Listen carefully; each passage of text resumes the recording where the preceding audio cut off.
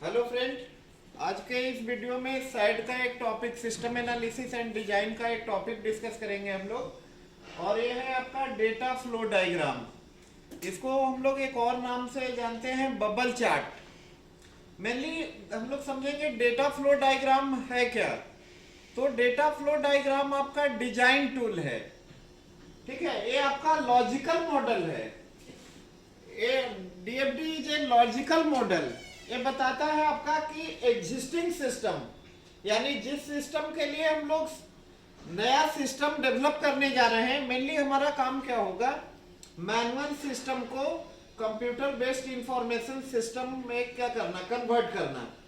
तो हम लोग को ये मालूम नहीं चलेगा कि मैनुअल सिस्टम में एक्चुअल में डेटा का फ्लो कैसे हो रहा है, तब तक हम लोग उसके लिए सॉफ्टवेयर डेवलप नहीं कर सकते हैं। तो डीएफडी बताता है आपका एग्जिस्टिंग सिस्टम में डेटा का फ्लो। और डीएफडी आपका यूज करता है टॉप डाउन अप्रोच। कौन सा approach? Top down approach. Means कि इस अप्रोच में एनालिस्ट जो है पहले मेन प्रॉब्लम को आइडेंटिफाई करता है, फर्दर उसको फिर क्या करता है, डिकम्पोज करता है। तो डीएफडी आपका बताता है कि एग्जिस्टिंग सिस्टम में डेटा का फ्लो कैसे हो रहा है। हाँ, डेटा फ्लो डायग्राम में आपका जो डेटा का फ्लो होगा top to bottom and left to right. Next video में और आप लोग को बताएंगे कि हाउ टू डिजाइन डीएफडी। पहले हम लोग आज डिस्कस कर लेते हैं कि symbols used in DFD. DFD में कौन कौन सा सिंबल यूज होता है। तो डीएफडी में पहला जो डीएफडी का कंपोनेंट होता है वो होता है एक्सटर्नल एंटिटी।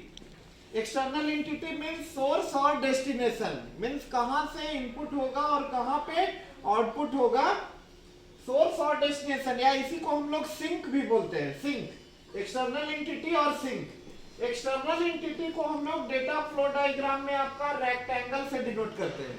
रेक्टेंगल से डिनोट करेंगे और यहाँ पे होगा name of entity, entity name, entity का नेम। और एक बात ध्यान देंगे आप लोग कि एंटिटी का नेम ऑलवेज कैपिटल लेटर में होगा। The name of entity is always in capital letter. Second component of DFD is data flow. Data flow अभी आपको बताए, इस एरो से top to bottom and left to right data का flow होगा। Third component of DFD is process. Process means transformation, मतलब कि कैसे इनपुट डेटा को आउटपुट डेटा में ट्रांसफॉर्म किया जाता है, उसको हम लोग बोलते हैं प्रोसेस। और प्रोसेस को डीएफडी में हम लोग रिप्रेजेंट करते हैं सर्कल से। और सर्कल का दो पार्ट होगा, सर्कल का दो पार्ट होगा। टॉप पार्ट में आपका प्रोसेस का नंबर होगा एंड बॉटम में name of the process. And process का नेम का जो फर्स्ट लेटर होगा वो कैपिटल लेटर में होगा। किसमें? Capital letter. The name of the first letter process का आपका कैपिटल लेटर में होगा। हाँ, प्रोसेस का को एक और साइन से हम लोग डिनोट कर सकते हैं, स्क्वायर, ठीक है। इसमें भी होगा process number and process name, process number and process name. तो प्रोसेस आपका बताता है कि हाउ इनपुट डेटा को आउटपुट डेटा में हम लोग ट्रांसफॉर्म करते हैं।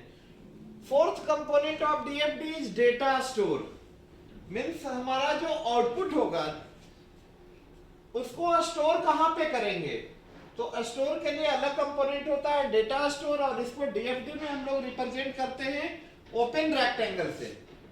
ओपन रेक्टेंगल फिर से एक बार रिकॉल कर देते हैं। First one is external entity.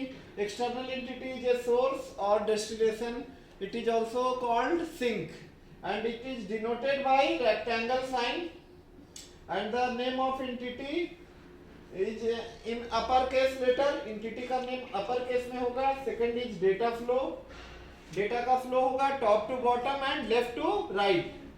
Third is process. Process को circle से और square से denote करते हैं। इसका दो हाफ में डिवाइड करते हैं, एक में प्रोसेस नंबर होगा और थर्ड में सेकंड में होगा name of the process. And fourth element is data store.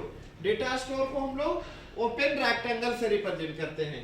अगले वीडियो में हम लोग देखेंगे how to construct DFD. DFD बनाने के एक सर्टेन रूल होते हैं, उस रूल को डिस्कस करेंगे हम लोग नेक्स्ट वीडियो में। Okay, thank you.